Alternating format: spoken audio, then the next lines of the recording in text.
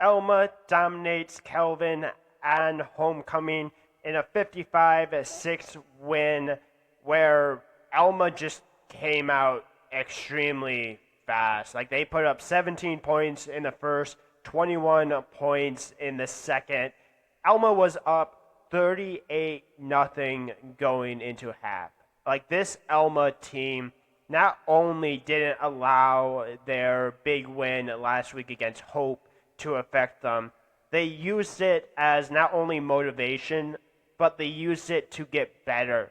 And I truly think that this Alma offense, it starts with Eddie Williams, it starts with Carter St. John, it just starts with this overall passing attack in this game. Like, if you want to talk about the performance that Carter St. John had in this game, it's about as good of a performance as you could have and ask for a quarterback. 16 for 21, 320 yards, 5 touchdowns. Like, that is just complete domination from a quarterback perspective. He not only did it through the air, but he also did it with his legs as well. 45 yards on the ground. Alma was able to just do whatever it wanted offensively. 453 yards through the air, 254 yards on the ground.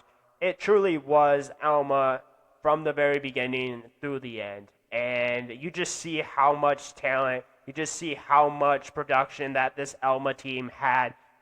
And it wasn't truly one guy. Now, you do have to talk a little bit about a guy like Zach Poff. Zach Poff was fantastic in this game. Big play after big play. 5 receptions, 164 yards, 3 touchdowns, and he wasn't even done after that. He actually had a 24-yard passing touchdown in this game as well. Like, it's a career game for a guy like Zach Poff. Like, he was involved. They got multiple attempts for multiple quarterbacks in this game.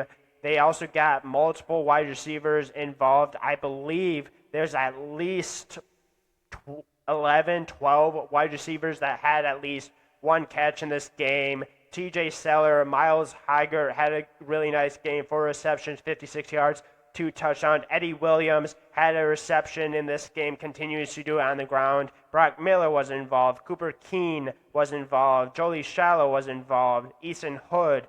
You had multiple guys on this wide receiver and tight end room for Alma that had this just involvement in this game. And obviously, when you go up 38-0 at half, you're going to have a lot of your starters pulled. And this is a really cool opportunity for some of these guys to get playing time, get an opportunity to go out there, especially on homecoming. That's exactly what you want from a home team. Is you want to be able to take control, just dominate from the get-go, and offensively, Alma was able to do that. Now, you also have to talk a little bit about Kelvin. Going into this game, I say it was going to be a closer game than it was last year. Technically, that is accurate. It is a closer game. But going into this game, I also did talk about this explosive offense that we've seen from Kelvin.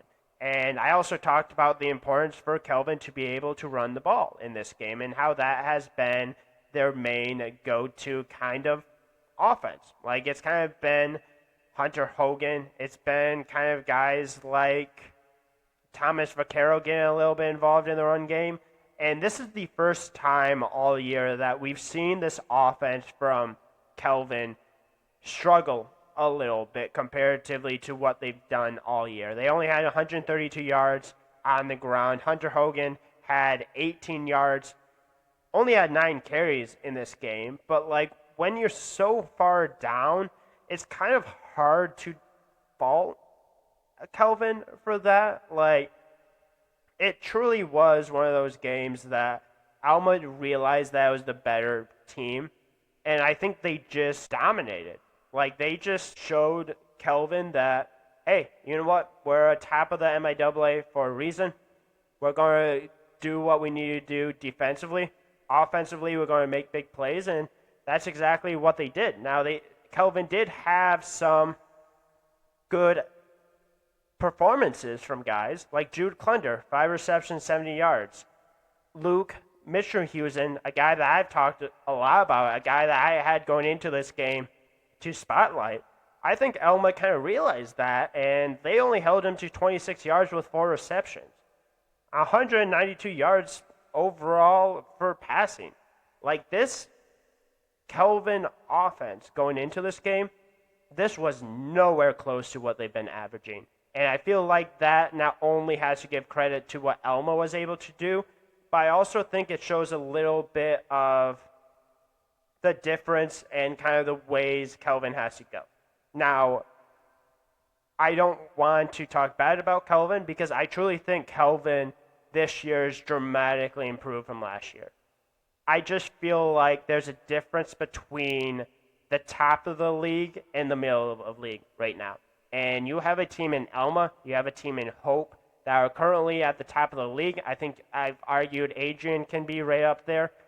This Kelvin team is building to that. And I think in this game, they showed that they're not necessarily there yet. Now, they were receiving votes. They only have one loss on this year. They still have a whole year left to go. Like, there is still a lot of improvement for this team. And I think this Kelvin team is going to continue to improve. I think they're going to continue to get better. I think this is just a bump in the road. I think they just ran into an Alma team that is extremely motivated, that they have a ton of confidence going for itself, even after starting the year, maybe not the way that they thought exactly it was going to go. I just feel like they just ran into an opponent that was just better than them. And unfortunately, when that happens, you're going to get scores like this. It was a homecoming game. Alma wanted to defend homecoming. They did exactly that. And you really can't blame Alma too much for that. Like, Alma was going to handle business. They did. They sapped the main guys that they needed to, and Kelvin struggled offensively because of that, and that was the first time this year. And unfortunately, do I know if that's going to be the last time? I don't know. I don't necessarily know. I think Kelvin's going to go in and look at certain things. I think they're going to be able to get these guys going. I think you had key performances and key contributions from some guys that this Kelvin team can build off of. But it's going to have to be improvement every single game throughout the next year, going into next year. Like, it's going to be something that they're going to have to get better. They're going to continue to get involved. And you just see why Alma's a team that is receiving a lot of votes, why Alma's currently in the lead for the MIAA. And Alma was not afraid at all in this game, and they did not let a big emotional win affect them going into this game. And that's what happens when you have a great coaching staff. That's what happens when you have leaders on a team that has a goal. That's what happens when you have a great program in Alma. And I truly think that this Alma team is going to continue that momentum going throughout the next rest of the year. I think Kelvin's slowly starting to build towards that. So, not a close game, not really a competitive game. Kelvin didn't end up scoring any points until the fourth quarter, but Alma, very, very good. And they were able to dominate this win. So there will definitely be more content regarding both of these teams. Alma, I'm really excited to see what they continue to do. I think Kelvin's going to continue to get better. And if you enjoyed this video, make sure to leave a like, subscribe, comment. Make sure to subscribe. Let your friends, family, all of them know. But yeah, good win for Alma, and I think Kelvin's going to be perfectly fine.